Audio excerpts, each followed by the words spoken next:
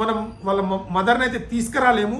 So ప్రతి ఒక్కరికి respect చేసిన ప్రతి ఒక్క ఫ్యాన్స్కి వాళ్ళ మదర్ని అయితే మనం తీసుకురాలేము, కానీ ఆ బాబు త్వరగా కోలుకోవాలని ప్రార్థన చేయండి ప్రతి ఒక్కరు. హాయ్ నమస్తే అందరికీ. ఈ మధ్య ఒక లెజెండరీ డైరెక్టర్, అతన్ని చూసి చాలామంది ఇన్స్పైర్ అయ్యి చాలామంది అసిస్టెంట్ డైరెక్టర్గా చేసి ఈరోజు ఇండియాలోనే మోస్ట్ టాప్ 10లో ఒక ఇద్దరు ముగ్గురు ఉన్నారు. అలాంటి లెజెండరీ డైరెక్టర్ రామ్ గోపాల్ వర్మ గారు అయితే సో అల్లు అర్జున్ గారిని చాలా సపోర్ట్ చేస్తున్నారు. సో నిజ జీవితంలో కానీ ఆయన ఎలా బాధలని జైల్లో వెళ్ళినప్పుడు కానీ సినిమా టైంలో కానీ చాలా సపోర్టింగ్గా ఉంటున్నారు. సో మా అల్లు అర్జున్ ఫ్యాన్స్ ఎలాగైతే అల్లు అర్జున్ని డిఫెండ్ చేసుకుంటా మేము సపోర్ట్ చేస్తాం, అలాగే మాకు కూడా రామ్ గోపాల్ వర్మ గారు చాలా సపోర్ట్ చేస్తున్నారు. Thank you so much sir. ఇంకోటి ఫ్యాన్స్ కొంతమంది కమెంట్ పెడుతున్నారు, అన్న పుష్ప 2లో 18 minutes ఇంకా యాడ్ చేస్తున్నారంట, ఇది నిజమా ఫేకా అని ఒక వీడియో చేయమన్నారు. ఇంకోటి ఏంటంటే ఓటీటీలో రిలీజ్ అవుతుందంట కదా, నిజమా అంటే ఓటీటీలో రిలీజ్ అవుతుంది కూడా వాస్తవమే, నిజమే.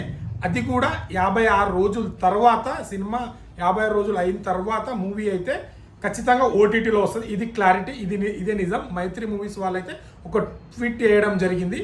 సో దాని తర్వాత 18 seconds కూడా రామ్ గోపాల్ వర్మ గారు కూడా ట్వీట్ చేయడం జరిగింది. 25th తర్వాత మనకు 18 minutes ఇంకా ఎక్స్ట్రా యాడ్ చేస్తున్నారు. ఈ సీన్స్ ఎక్స్ట్రాడినరీగా ఉండబోతున్నాయి అని మనకైతే ఇంటిమేషన్ ఇచ్చారు. సో మూవీ 25th తర్వాత చూడాలి మరి ఏ సీన్స్ యాడ్ చేస్తారు, ఎలా ఉండబోతుంది. ఆల్రెడీ 3 hours 18 minutes అనగానే చాలామంది అబ్బా అంత లాంగ్ అనుకున్నారు. బట్ నిర్మాతలు చెప్పారు ఏంటంటే ఇది సినిమా 3 hours 20 minutes ఉన్నట్టే ఉండదు, అలా అయిపోయిందా అన్నట్టు ఉంటుంది అన్నట్టు వాళ్ళు చెప్పినట్టే జరిగింది. ఇంకోటి చాలామంది యూట్యూబ్లో చాలా వీడియోస్ చేశారు. పుష్ప 2 ట్రైలర్ రిలీజ్ అయిన తర్వాత సుకుమార్ సార్ మాత్రం ఎవరికి ఒక రాష్ట్రం ఏంటంటే అది చాలామంది ఆ చితిలో కాలింది కేశవ, పుష్ప, సిరివల్లి, పుష్పాల మదర్ అని చాలామంది చాలా వీడియోలు పెట్టారు. సుసేకి సాంగ్ కూడా చాలా బాగుంది, డిఫరెంట్గా ఊహించుకున్నారు. కానీ ఎక్స్పెక్ట్ చేయని, అంటే చాలా మటుకు కొన్ని మనం ఎక్స్పెక్ట్ చేసుకుంటే ఇలా స్టోరీ ఉంటుంది, ఇలా ఉంటుందని చాలామంది చెప్తే అవి కొన్ని నిజాలు అవుతాయి. కానీ పుష్ప విషయంలో ఇది మాత్రం ఎక్కడ జరగలేదు. మీరు కావాలంటే ఇంకా చూడండి, వీడియోస్ చూడండి, మీకే అర్థమవుతుంది. సో సీన్స్ అయితే యాడ్ చేస్తున్నారు. ఆ సీన్స్ 25th తర్వాత సో మళ్ళీ కలెక్షన్ పెరిగే అవకాశాలు ఉన్నాయి. సో చూద్దాం ఎలా ఉంటుందో. హిందీలో కలెక్షన్ అయితే నెక్స్ట్ లెవెల్ ఉంది. అండ్ ఇంకోటి ఏంటంటే 100 ఏళ్ళ చరిత్రను అయితే తిరగరాసింది పుష్ప 2. హిందీ కలెక్షన్స్ మాత్రం 100 ఏళ్ళ రికార్డ్ని బ్రేక్ చేసిందని చెప్పొచ్చు. ఎందుకంటే అక్కడ కలెక్షన్స్ అయితే చాలా నెక్స్ట్ లెవెల్లో ఉన్నాయి.